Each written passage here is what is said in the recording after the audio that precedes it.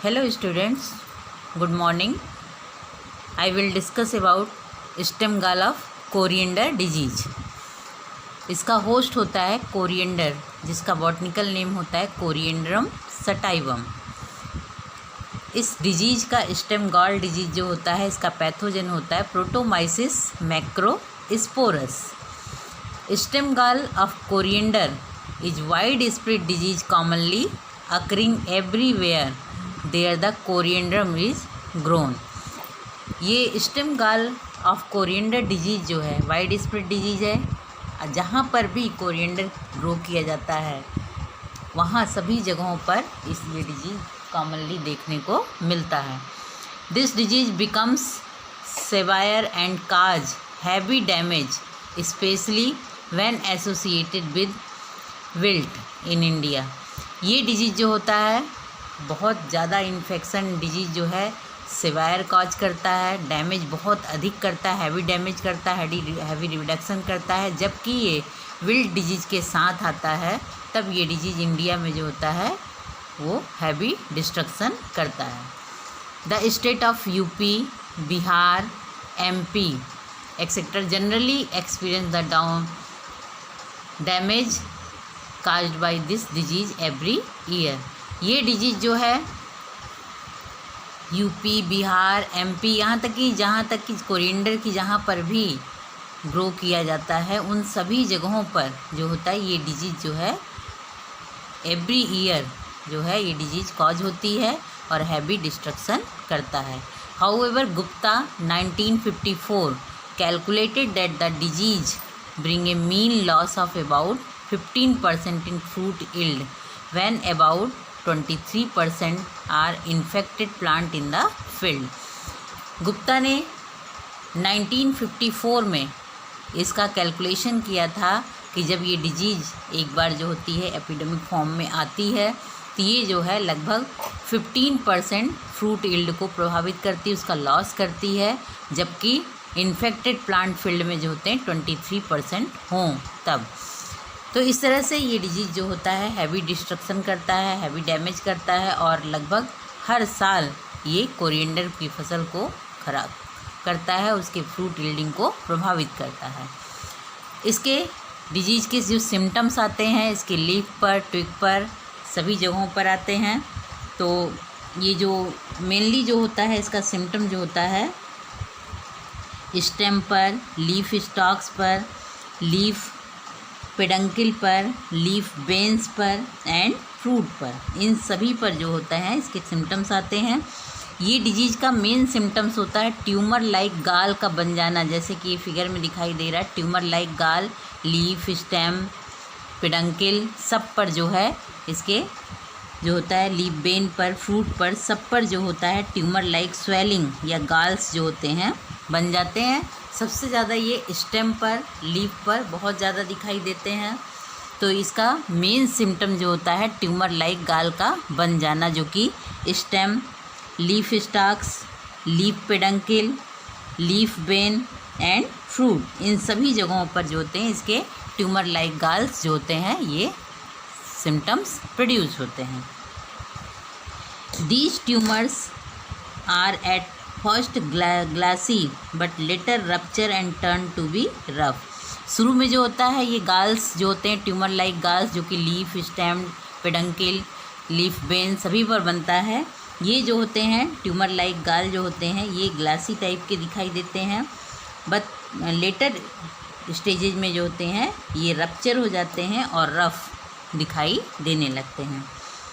The tumours are about 1/8 of an inch broad and up to 1/2 inch long। ये जो tumours होते हैं ये ट्यूमर गाल्स जो बन जाते हैं स्टेम पर, लीफ बेन्स पर, लीफ स्टॉक्स पर, पेडंकिल पर, ये जो ट्यूमर होते हैं ये लगभग जो होते हैं 1 इंच तक जो होते हैं ब्रॉड होते हैं और 1/2 जो होते हैं 1/2 एन इंच जो होते हैं लार्जर होते हैं और जो होते हैं 1/2 लॉन्ग होते हैं। तो ट्यूमर्स जो होते हैं 1/8 इंच जो होते हैं ब्रॉड होते हैं, 1/2 जो होते हैं ये लॉन्ग होते हैं। The size of the galls varies according to infected part those on the stem usually being larger than those on the leaf, peduncle and flower stalks। जो स्टेम पर गाल्स बनते हैं, ट्यूमर लाइक गाल्स बनते हैं, ये ज़्यादा लॉन्ग होते हैं, और जो लीफ पर, पेडंकिल पर या फिर फ्रूट पर बनते हैं वो सभी जो होते हैं थोड़े से साइज में स्मॉल होते हैं। तो ये गाल्स जो होते हैं इन्फेक्टेड पार्ट की अकॉर्डिंग जो होते हैं वेरी करते हैं, कहीं पर बहुत लॉन्ग गाल्स बनते हैं, कहीं पर स्मॉल गाल्स बनते हैं। When inflorescence is attacked, the seed formation is considerably reduced। अगर फ्लावरिंग जब होने लगती है तो इन्फ्लोरेसेंस जब इन्फेक्टेड हो जाता है, क्योंकि ये जो ट्यूमर लाइक गाल्स बनते हैं ये सभी उस पर बनते हैं, स्टेम पर भी बनता है, इन्फ्लोरेसेंस पर बनता है, और फ्लावर स्टॉक्स वगैरह पर भी बनता है। फ्लावर स्टॉक पर, पेडंकल्स पर, लीफ पेडंकल्स पर, लीफ स्पॉट पर, लीफ पर, लीफ बेन्स पर, सभी जगहों पर ये गाल्स लाइक ट्यूमर लाइक गाल्स बनते हैं। तो ये जब इन्फ्लोरेसेंस पर, जब शुरू में इन्फ्लोरेसेंस ही पर अटैक करता है इसका पैथोजन प्रोटियोमाइसिस, तो ये जो होते हैं इन्फ्लोरेसेंस पर अटैक करता है तो सीड फॉर्मेशन जो है प्रभावित होता है, और सीड का फॉर्मेशन रिड्यूस्ड हो जाता है, और सीड सही तरीके से ग्रोथ नहीं कर पाती है। सेवायर इन्फेक्शन में prevent fruiting and even kill the plant. अगर बहुत अधिक इन्फेक्शन हो जाता है तो लास्ट की स्टेजेस में ये होता है कि प्लांट जो होता है पूरी तरह से किल हो जाता है, और सीड का फॉर्मेशन या फ्रूटिंग उनमें होने ही नहीं पाती है। अगर शुरुआती स्टेज में ही डिजीज कॉज हो जाती है, प्लांट की ग्रोइंग स्टेज की यंग स्टेज में, अर्ली स्टेज में ही अगर ये गाल्स जो होते हैं लीफ पर, पूरे प्लांट, इंटायर प्लांट पर जब ये गाल्स बनते हैं, इन्फ्लोरेसेंस पर अटैक कर देता है शुरुआती स्टेज में ही, तो इस पर जो है सीड प्रोडक्शन होता ही नहीं है, फ्रूटिंग होने ही नहीं पाती है, और प्लांट जो होता है किल हो जाता है, तो पूरा का पूरा प्लांट ही ख़त्म हो जाता है। तो इसकी तरह से बहुत ये जो डिजीज़ होता है इसका सिम्टम्स जो होते हैं इसके द्वारा हम इस डिजीज़ को पहचान सकते हैं कि लीफ स्टेम पर ये गाल्स, ट्यूमर लाइक गाल्स या स्वेलिंग बन जाती है, जिससे कि इसकी ग्रोथ भी प्रभावित होती है, इसकी जो है फ्रूटिंग, फ्लावरिंग सभी कुछ प्रभावित होता है। लीफ बहुत जल्दी झड़ जाती हैं, और फ्लावरिंग स्टेज में अगर इन्फ्लोरेसेंस पर अटैक कर देता है तो फ्लावर या फिर फ्रूटिंग होने ही नहीं पाती है, और शुरुआत में ही पौधा जो होता है पूरी तरह से डैमेज होकर के किल हो जाता है और हैवी डिस्ट्रक्शन करता है फील्ड में। इसके बाद आते हैं इसके कॉजल ऑर्गेनिज्म पर। इसका कॉजल ऑर्गेनिज्म होता है प्रोटोमाइसिस मैक्रोस्पोरस। प्रोटोमाइसिस मैक्रोस्पोरस इसका कॉजल ऑर्गेनिज्म है, जो कि कोरिएंडर होस्ट होता है, कोरिएंडरम सटाइवम, उस पर जो है स्टेम गाल डिजीज काज करता है। इसका जो है क्लासिफिकेशन जो है एनिसवर्थ ने और हाउसवर्थ ने 1973 में इसका क्लासिफिकेशन किया था। हाउसवर्थ ने इसको 1995 में इसका क्लासिफिकेशन किया था। तो दोनों का क्लासिफिकेशन वो है, इसमें ज़्यादा एनिसवर्थ का क्लासिफिकेशन ज़्यादा एक्सेप्टेबल है। इसका जो क्लासिफिकेशन है किंगडम माइकोटा या फंजाई में रखते हैं, क्योंकि ये फंगस होता है। डिवीज़न यू माइकोटा, क्योंकि ये ट्रू फंजाई होता है इसलिए इसको यू माइकोटा में रखते हैं। सब डिवीज़न एस्कोमाइकोटिना में रखते हैं, क्योंकि इसमें एस्कस फॉर्म होता है, जो कंपाउंड एस्कस होता है वो फॉर्म होता है। और ascus class hemiascomycetes, class hemiascomycetes में इसलिए रखते हैं क्योंकि इसमें एस्कस से जो होते हैं सेम टाइप्स के एस्कोस्पोर्स फॉर्म होते हैं। ऑर्डर प्रोटोमाइसिटेल्स, ऑर्डर प्रोटोमाइसिटेल्स में इसलिए रखते हैं क्योंकि इसमें जो होते हैं क्लेमाइडोस्पोर्स फॉर्म होते हैं। फैमिली प्रोटोमाइसिटेसी, जेनरा प्रोटोमाइसिस, स्पीसीज जो है मैक्रोस्पोरस। प्रोटोमाइसिस मैक्रोस्पोरस ही स्टेम गाल डिजीज जो है कॉज करता है। हॉक्सवर्थ के अनुसार जो है 1995 में इन्होंने अपना क्लासिफिकेशन दिया था, इसको किंगडम फंजाई में रखा था क्योंकि फंगस है ये। और जो फाइलम है एस्कोमाइकोटा, क्योंकि इसमें एस्कस फॉर्म होता है, एस्कोस्पोर फॉर्म होते हैं। Order protomycetales, family protomycetaceae, genera protomyces, species macrosporus. तो ये जो फंगस होता है प्रोटोमाइसिस मैक्रोस्पोरस, इसका जो माइसीलियम होता है, माइसीलियम इसका कन्फाइंड इनसाइड द गाल रीजन, यानी कि एंडोफाइटिक होता है। इसका जो माइसीलियम होता है एंडोफाइटिक होता है एंड इज इंटरसेलुलर। इसका जो माइसीलियम इंटरसेलर यानी कि सेल के दो सेल्स के बीच बीच में जो स्पेसेस होते हैं, इंटरसेलर स्पेसेस होते हैं, उसमें पाया जाता है। सेप्टेट होता है एंड इरेगुलरली ब्रांच्ड होता है। इसका जो माइसीलियम होता है, चूँकि ये एंडोफाइटिक होता है क्योंकि कन्फाइंड इनसाइड द गाल रीजन, गाल रीजन में ही इसके पाए जाते हैं जो ट्यूमर गाल्स वगैरह बनते हैं। और इंटरसेलुलर होता है, यानी कि सेल्स के बीच बीच में जो इंटरसेलुलर स्पेसेस होते हैं उसमें फैला हुआ होता है। सेप्टेट होता है, यानी सेप्टा द्वारा कई सेल में डिवाइड होता है और इरेगुलर ब्रांचिंग इसमें पाई जाती है।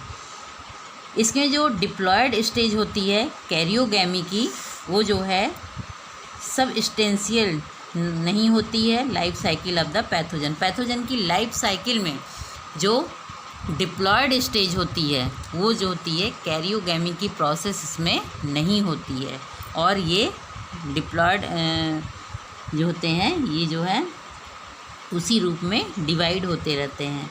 तो it is believed to be diploid, ये जो होते हैं हमेशा डिप्लॉयड होते हैं, क्योंकि although karyogamy has not been substantiated anywhere in the life cycle of the pathogen.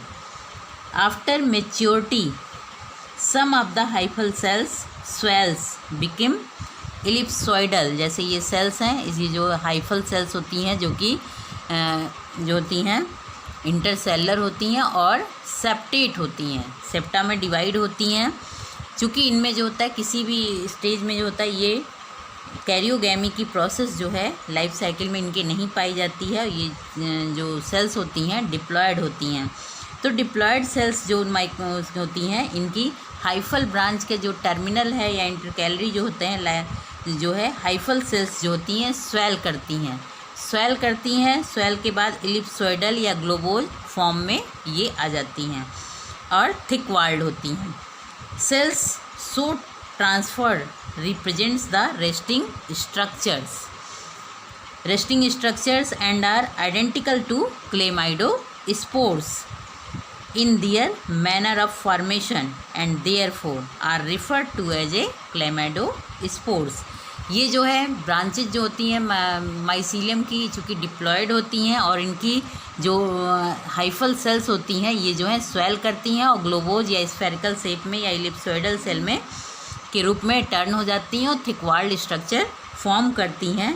ये जो सेल्स होती हैं ये फिर रेस्टिंग स्ट्रक्चर के रूप में यानी कि क्लेमाइडोस्पोर्स के रूप में जो होती हैं ये ट्रांसफ़र हो जाती हैं। तो माइसीलियम की जो इंटरकैलरी या टर्मिनल होता है हाइफल ब्रांच, उससे जो होता है ये यंग स्पोर्स फॉर्म होता है और ये यंग स्पोर्स जो होते हैं जिसको कि क्लेमाइडोस्पोर्स कहते हैं ये जर्मिनेट होते हैं। तो जर्मिनेशन जब ये स्टार्ट करते हैं तो ये जर्मिनेट होते समय जो है आउटर वाल इनकी रप्चर हो जाती है, and simultaneously pushing the inner wall outside forming an elongated. Outer wall जो होती है रप्चर हो जाती है और इनर वाल जो होती पुश होती है बाहर की ओर और एक जो है इलोंगेटेड स्ट्रक्चर फॉर्म करती है, जैसा कि इस फिगर में दिखाई दे रहा है। इलोंगेटेड स्ट्रक्चर फॉर्म करती है जो कि मोर या लेस सिलेंड्रिकल सैक का फॉर्मेशन करती है। इसको जो है वेस्किल भी कहते हैं या स्पोर सैक भी कह सकते हैं, जो कि आउटर वाल चूँकि रप्चर हो जाती है और इनर वाल जो होती बाहर की ओर पुश हो जाने लगती है। तो पुश होती है तो ये बाहर की ओर जो होती है एक सैक की तरफ फॉर्मेशन करती है, इलोंगेटेड सैक का फॉर्मेशन करती है, जिसको कि सिलेंड्रिकल सैक भी कह सकते हैं। तो ये सिलेंड्रिकल शेप में होती है और इसको जनरली जो है वेस्किल भी कह सकते हैं या फिर स्पोर सैक कहते हैं। तो इसमें जो मल्टी न्यूक्लिएट प्रोटोप्लास्ट होता है क्लेमाइडोस्पोर का, ये जो है सारे के सारे जो कि क्लेमाइडोस्पोर्स में होते हैं वो जो है वेस्किल में माइग्रेट कर जाते हैं। जितने भी क्लेमाइडोस्पोर्स में चूँकि डिप्लॉयड सेल्स होती हैं, तो ये सेल्स जितने भी इसमें हो, जितने भी न्यूक्लियस होते हैं, ये सभी जो होते हैं प्रोटोप्लास्ट सहित, ये जो है इनका प्रोटोप्लास्ट और न्यूक्लियस सहित जो होता है, ये जो होता है क्लेमाइडोस्पोर्स से जो है वेस्किल में ट्रांसफ़र हो जाता है। A large vacuoles develops in the centre of the vesicle, तो वेस्किल के बीच में सेंटर में जो होता है एक लार्ज वैक्यूल फॉर्म होता है। जैसे यहाँ फिगर में दिखाई दे रहा है, कि इस जो सिलेंड्रिकल शेप स्पोर सैक है, इसके बीच में जो होता है एक लार्ज वैक्यूल डेवलप होता है, जिससे क्या होता है जितने भी न्यूक्लियस होते हैं इसमें, तो वेस्किल जो लार्ज वैक्यूल डेवलप होता है, तो सेंटर में चूँकि वैक्यूल डेवलप होता है तो वेस्किल में जो होता है displacing the multinucleate protoplast to the periphery region, तो के बीच में वैक्यूल का फॉर्मेशन होने से ये जितने भी मल्टी न्यूक्लिएट जो प्रोटोप्लास्ट होता है, ये जो होता है पेरीफेरल पार्ट में जा कर के वहाँ पर जो होते हैं डिस्प्लेस हो जाते हैं। Undergoes cleavage resulting in the many pieces, उसके बाद जो होता है चूँकि बीच में वैक्यूल का फॉर्मेशन होता है, तो जितने भी प्रोटोप्लास्ट होता है, प्रोटोप्लास्ट विद न्यूक्लियस, तो मल्टी न्यूक्लिएट प्रोटोप्लास्ट जो होता है ये पेरिफेरल पार्ट में आ करके प्लेस हो जाता है।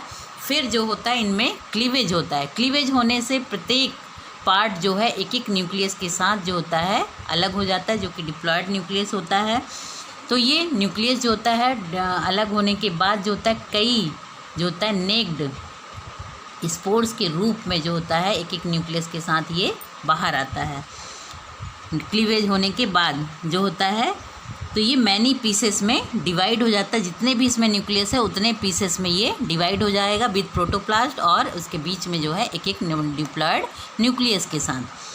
फिर जो है ये नेक्ड सेल्स जो होता है रिडक्शन डिवीजन करता है, रिडक्शन डिवीजन करके जो है फाइनली जो होता है रिजल्ट होता है कि 4 spores inside each naked cells, जितने भी नेक्ड सेल्स होते हैं इस सभी में 4 जो है स्पोर का फॉर्मेशन होता है इनके नेक्ड सेल से।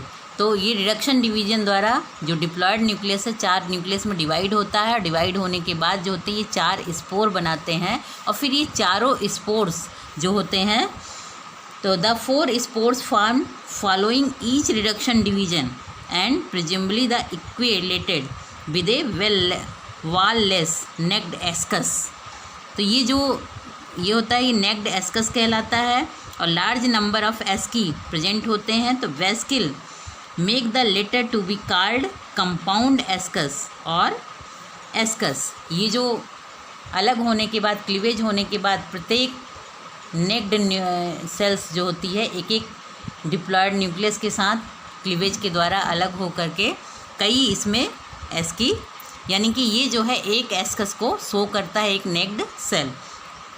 अब ये एस्कस जो है कंपाउंड एस्कस कहलाता है, या फिर एस्कस भी इसको कह सकते हैं। फिर इसमें रिडक्शन डिवीजन द्वारा 4 स्पोर में ये डिवाइड होता है। अब ये जो है ऑन मैच्योरिटी जो है ये फिर जो है 4 स्पोर्स में डिवाइड होता है, जो कि अलग होकर के 4 अलग अलग स्पोर फॉर्म करता है। तो स्पोर मदर सेल जब डिवाइड होता है तो 4 स्पोर फॉर्म करता है, जिसको कि 4 एस्कोस्पोर इसको कहते हैं। इस तरह से इसमें जितने भी एस्कस फॉर्म होते हैं क्लीवेज के बाद उतने ही एस्कोस्पोर बन जाते हैं।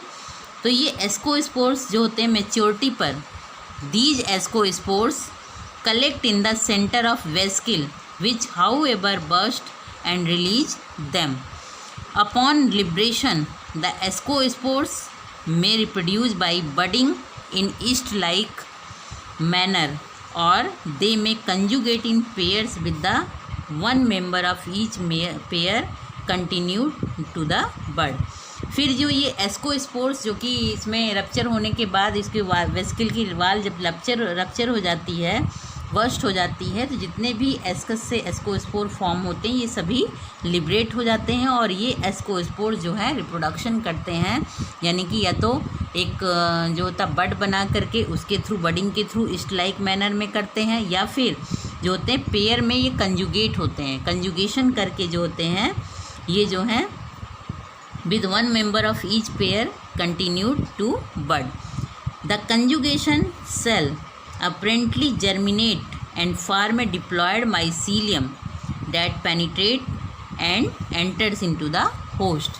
ये जो जाइगोट कंजुगेशन के बाद जो एस्कोस्पोर कंजुगेट होकर के पेयर में कंजुगेट होते हैं, तो ये जो है फिर से जो है जर्मिनेशन स्टार्ट करके, ये जो जर्मिनेशन स्टार्ट करते हैं एस्कस के जो डिस्चार्ज होते हैं, जब एस्कस की वाल या फिर जो वेस्किल रप्चर होती है, तो ये सभी एस्कोस्पोर लिबरेट हो जाते हैं।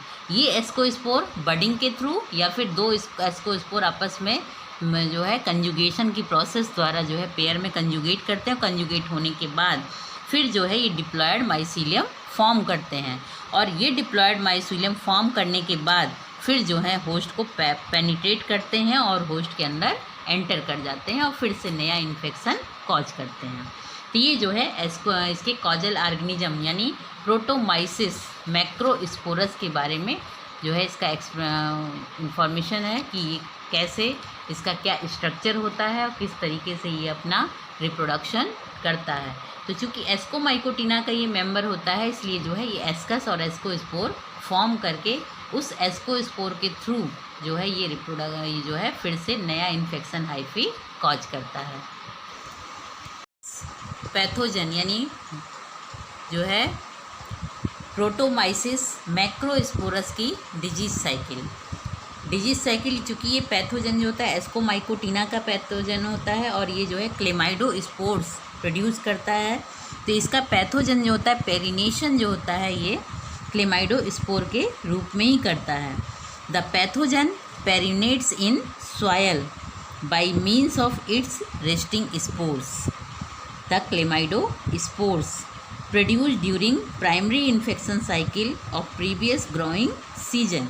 इसका जो पैथोजन होता है वो पेरिनेशन जो होता है प्लांट डिब्रीजेज में पड़े हुए क्लेमाइडोस्पोर्स के थ्रू करता है, जो कि प्राइमरी इन्फेक्शन साइकिल के प्रीवियस जो पहला ग्रोइंग सीजन होता है उससे पहले का, उससे जो है फॉर्म होता है प्लांट डिब्रीजेज में क्लेमाइडोस्पोर्स फिर जो है पड़ा रहता है। The latter reach to soil through infected plant debris. However, there are some who believe that the disease is both soil and seed borne. ये माना जाता है कि ये डिजीज़ जो होता है सीड एंड सॉयल बॉर्न दोनों होता है, क्योंकि सीड में पड़े हुए जो क्लेमाइडोस्पोर्स होते हैं उनके द्वारा भी इन्फेक्शन कॉज होता है, और सॉयल बॉर्न इसलिए कहेंगे कि प्लांट डिब्रीजेज में पड़े हुए जो प्लांट डिब्रीजेज में जैसे लीफ है, स्टेम है या फिर फ्लावरिंग पार्ट है, उनमें जो भी इन्फेक्शन का जो माइसीलियम पड़ा रहता है या उसमें जो है क्लेमाइडोस्पोर्स डेवलप होते हैं, वो क्लेमाइडोस्पोर्स जो है उसी सॉयल में सरवाइव करते हैं। जब उसमें नया प्लांट ग्रो किया जाता है तो वो फिर से उसको इन्फेक्ट करते हैं। कभी कभी जो इसका कोरिएंडर फ्रूट होता है उसका सीड जो होता है उसमें इन्फेक्शन पहले से ही हो यानी माइसीलियम हो, और चूँकि इसका क्लेमाइडोस्पोर थिकवाल्ड स्ट्रक्चर होता है, रेस्टिंग स्पोर के रूप में ये लंबे समय तक उसमें सरवाइव कर सकता है। तो इसलिए सीड के अगर उस सीड को इन्फेक्टेड सीड को हम नेक्स्ट ग्रोइंग सीजन में जब सॉन करते हैं तो उसके द्वारा भी इन्फेक्शन कॉज होता है। तो इसलिए इस डिजीज़ को हम कहते हैं कि ये सीड एंड सॉयल बॉर्न दोनों है, सीड बॉर्न डिजीज़ भी है ये और सॉयल बॉर्न डिजीज़ भी है। तो इसका पेरिनेशन जो होता है सीड में या फिर सॉयल में पड़े हुए क्लेमाइडोस्पोर्स जो होते हैं प्लांट डिब्रीजेज में पड़े हुए क्लेमाइडोस्पोर्स के थ्रू होता है, जो प्रीवियस जो है ग्रोइंग सीजन के इन्फेक्टेड प्लांट्स या प्लांट डिब्रीजेज में क्लेमाइडोस्पोर के फॉर्म में होता है, उसके द्वारा ही पेरिनेशन करता है यानी सर्वाइवल पीरियड अपना पार करता है। नेक्स्ट आते हैं इसके प्राइमरी इन्फेक्शन पर। प्राइमरी इन्फेक्शन जो है इसका in favorable condition, particularly on availability of sufficient moisture, the penetrating clamidospores germinate and finally gives rise to ascospores. जब फेवरेबल कंडीशंस आती है तब जो है इसके जो सफिशिएंट मॉइस्चर हो तो ये जो पेरिनेटिंग क्लेमाइडोस्पोर्स होते हैं ये जर्मिनेशन स्टार्ट करते हैं और जर्मिनेशन स्टार्ट करके जो है एस्कोस्पोर फॉर्म करते हैं। ये एस्कोस्पोर जो होते हैं ये लिबरेट होने के बाद जो होते हैं क्लेमाइडोस्पोर्स जो जर्मिनेट होता है तो एस्कोस्पोर जब रिलीज होता है तो सॉयल में और जो है उसके बाद जो है गाल या ट्यूमर से रप्चर होने के बाद जो होता है ये रिलीज होता है। However, the ascospore brought on the suitable host surface by various agencies, they germinate thereupon producing germ tube, which enter inside, develop into mycelium and causes primary infection on the host. जब ये chlamydospores वहाँ पे germinate होता है, germ tube बनाता है, तो germ tube बना करके फिर जो होता है इसका एस्कोस्पोर जो होता है वो जो है उससे वेस्किल फॉर्म होती, वेस्किल में एस्कोस्पोर फॉर्म होते हैं। ये एस्कोस्पोर वहाँ से लिबरेट होने के बाद जो होते हैं पूरे प्लांट पर इन्फेक्शन कॉज करते हैं और होस्ट के अंडर जो होते हैं माइसीलियम डेवलप करके ये जो होते हैं प्राइमरी इन्फेक्शन कॉज करते हैं। क्योंकि it also been reported by some that ascospores undergoes yeast like budding and produce blastospores और conidia on the host surface. कुछ साइंटिस्ट मानते हैं कि ये जो एस्कोस्पोर्स होते हैं ये ईस्ट की तरह जो है ईस्ट लाइक मैनर में जो होते हैं बडिंग करते हैं, बडिंग करके यानी एक आउटग्रोथ फॉर्म करते हैं, उसके थ्रू जो होता है कई उसमें डिवाइड हो जाते हैं और डिवाइड हो करके ये ब्लास्टोस्पोर बनाते हैं और होस्ट सरफेस पर ब्लास्टोस्पोर बना करके ये जब ये ब्लास्टोस्पोर जर्मिनेट करते हैं तब ये प्राइमरी इन्फेक्शन कॉज करते हैं। Some of the mycelial cells later on transform into clamidospores, the resting spore। इसमें से कुछ माइसीलियम जो कि टर्मिनल या इंटरकैलरी सेल्स होती हैं उनकी चूँकि माइसीलियम डिप्लॉयड होता है तो माइसीलियम का जो सेल होता है वो स्वेल होकर के टर्मिनल या फिर इंटरकैलरी स्वेल होकर के वो ग्लोबोज या फिर elongated structure thick walled structure बनाता है जिसको कि क्लेमाइडोस्पोर्स कहते हैं। वे क्लेमाइडोस्पोर जो होते हैं रेस्टिंग स्पोर्स के रूप में माइसीलियम में पड़े रहते हैं। The latter perennates and cause primary infection during next growing season. यही रेस्टिंग स्पोर्स जो होते हैं ये नेक्स्ट ग्रोइंग सीजन में ये क्लेमाइडोस्पोर्स नए ग्रोइंग सीजन में जा कर के नए प्लांट पर इन्फेक्शन कॉज करते हैं।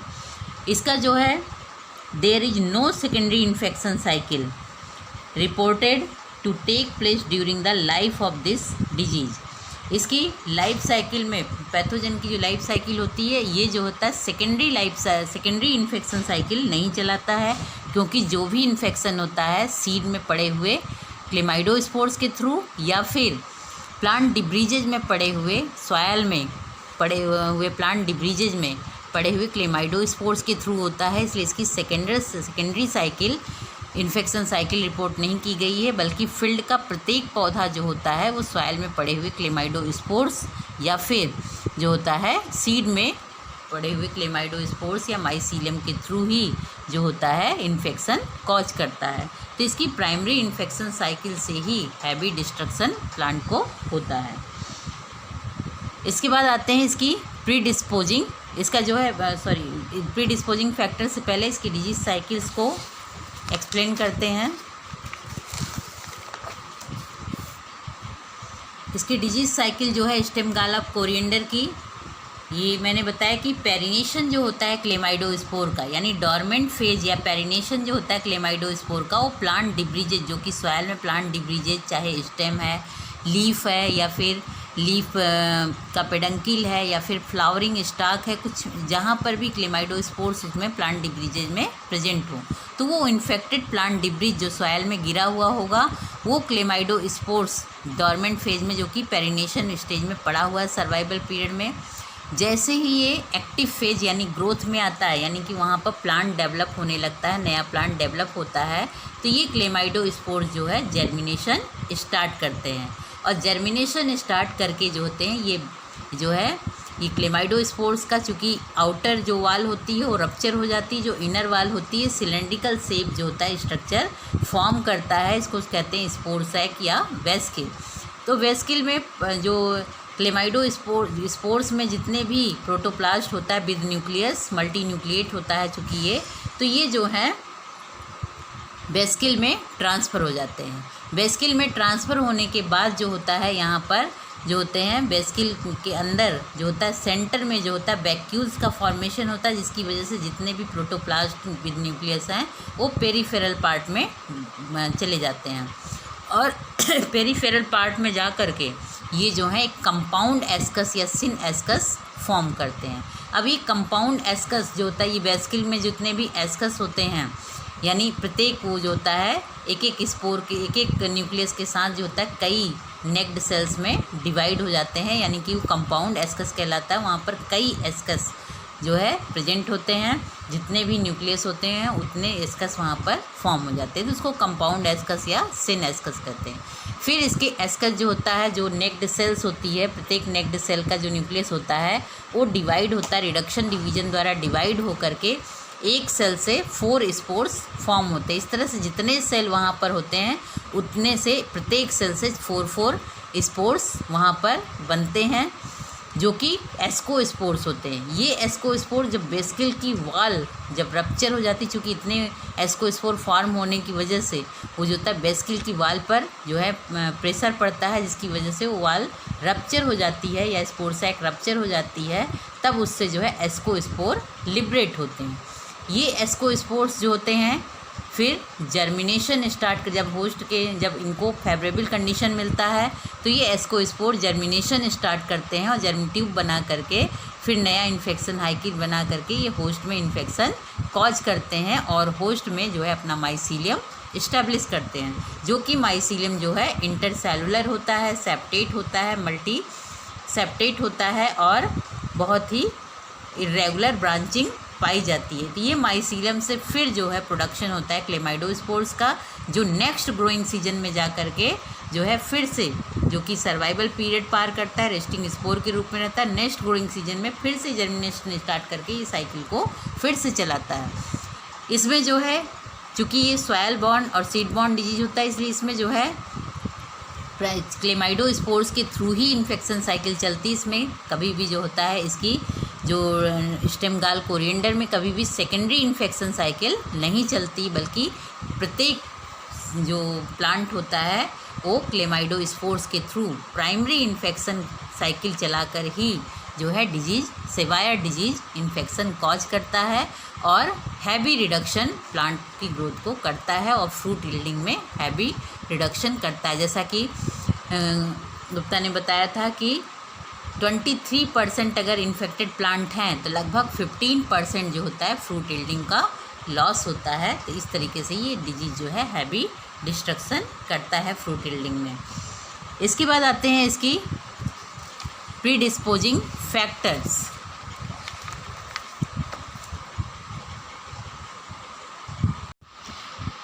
तो यहाँ पर इस डिजीज में जो होता है सेकेंडरी इन्फेक्शन साइकिल नहीं चलती है। There is no infection secondary infection cycle reported to the take place during life of this disease.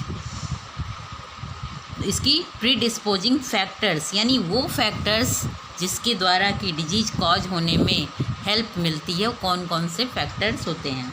इनमें से high soil moisture and shade with suitable inoculum potential predispose the plant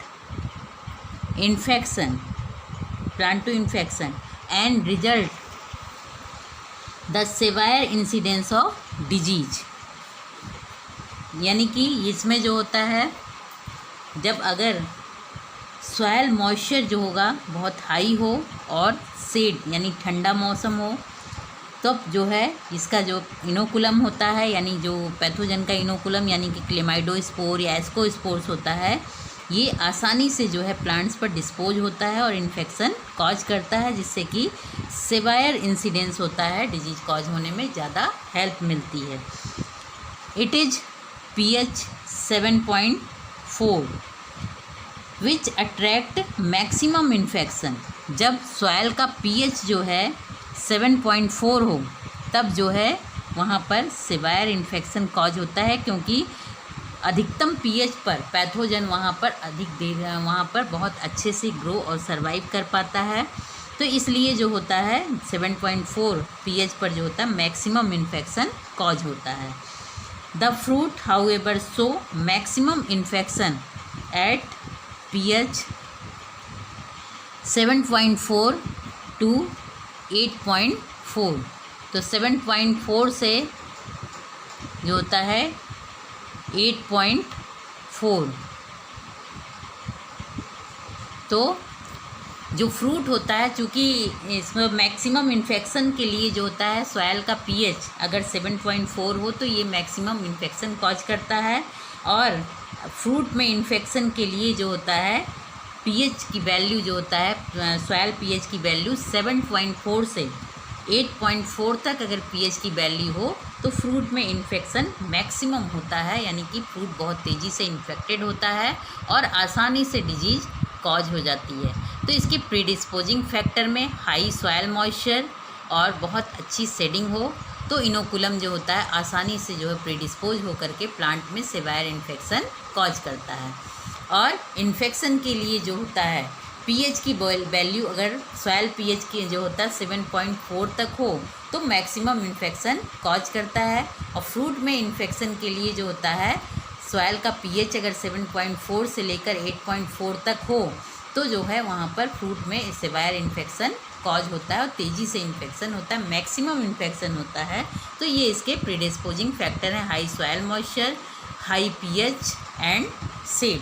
ये जो होते हैं इनके प्रीडिस्पोजिंग फैक्टर है जिसकी वजह से डिजीज़ बहुत तेज़ी से मैनिफेस्ट होता है और हैवी डिस्ट्रक्शन करता है। मैनेजमेंट यानी कि डिजीज़ का मैनेजमेंट यानी डिजीज़ कंट्रोल। मैनेजमेंट वर्ड इसलिए यूज करते हैं ताकि हम किसी भी डिजीज़ को जो होता है पूरी तरह से कंट्रोल करना, चूँकि माइक्रो ऑर्गेनिजम्स या फंगस या बैक्टीरिया या वायरस वगैरह को पूरी तरह से ख़त्म कर देना ये संभव नहीं हो पाता है। इसलिए हम मैनेजमेंट वर्ड करते हैं, यानी कि हम डिजीज़ को मैनेज करते हैं, काफ़ी हद तक उसे कंट्रोल करने की कोशिश करते हैं। तो मैनेजमेंट में जो है there is no known effective device to control the disease through field sanitation practices. यानी कि यहाँ पर इफ़ेक्टिव डिवाइस कंट्रोल करने का जो है थ्रू जो है sanitation field practices, crop rotation, use of clean healthy seeds help reduce the primary source of inoculum. तो यहाँ पर कंट्रोल का कोई विशेष इफेक्टिव डिवाइस तो नहीं होता है, लेकिन हम फील्ड की सैनिटेशन करके इरेडिकेशन यानी फील्ड में जितना भी मलबा है या जितनी प्लांट डिब्रीजेज हैं उन सबको कलेक्ट करें, साफ़ करके उसको जो है पूरी तरह से जला दें। इनके अलावा क्रॉप रोटेशन 2 से 3 साल का क्रॉप रोटेशन करें, मिनिमम क्रॉप रोटेशन 2 से 3 साल का अगर लगातार हम करते रहें तो। और हेल्दी सीड्स जिसमें कि किसी भी तरह के इन्फेक्शन की कोई संभावना ना हो उसको हम सोइंग के लिए यूज करें तो हम प्राइमरी सोर्स को यानी इनोकुलम को रोक सकते हैं डिजीज़ कॉज करने से। नेक्स्ट होता है जैसे सीड ट्रीटमेंट। सीड ट्रीटमेंट में जो होता है सीड एलोन जो होता है 0.25 किलोग्राम पर 100 kilogram of seed, 100 kilogram of seed alone have been found reducing disease incidence effectively। यानी कि अगर सीड का ट्रीटमेंट हम अगर 0.25 किलोग्राम को 100 किलोग्राम सीड के प्रति जो है अगर हम जो है ट्रीट करें तो इससे हम सीड को ट्रीटमेंट करके जो है हम डिजीज़ इंसिडेंस को इफ़ेक्टिवली रिड्यूस्ड कर सकते हैं। और ये सीड का ट्रीटमेंट जो है जैसे कि नेने एटॉल ने 1966 में जो है Nene et al 1966 have reported very effective control of the disease employing combined seed यानी 0.25 किलोग्राम पर 100 kg of seed and soil 8 kg पर एकड़ ट्रीटमेंट विद थायराम। तो थायराम जो कि ब्रॉड स्पेक्ट्रम फंजीसाइड होता है, तो थायराम से अगर हम इसको 0.25 किलोग्राम पर 100 kg सीड में के साथ जो है इसको अगर हम ट्रीट करते हैं, और सॉयल को जो है ट्रीट करने के लिए हम 8 kg पर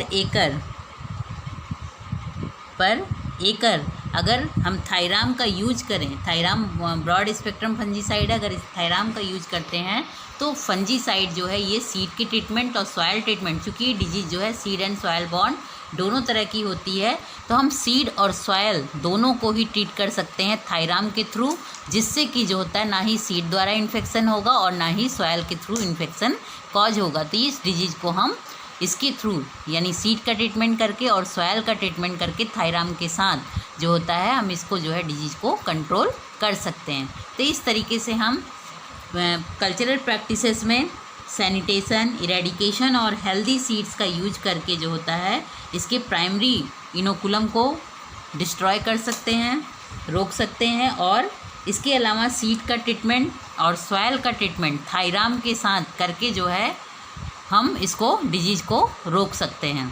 तो इस तरह से इसका हम मैनेजमेंट कर सकते हैं। That's all, thank you.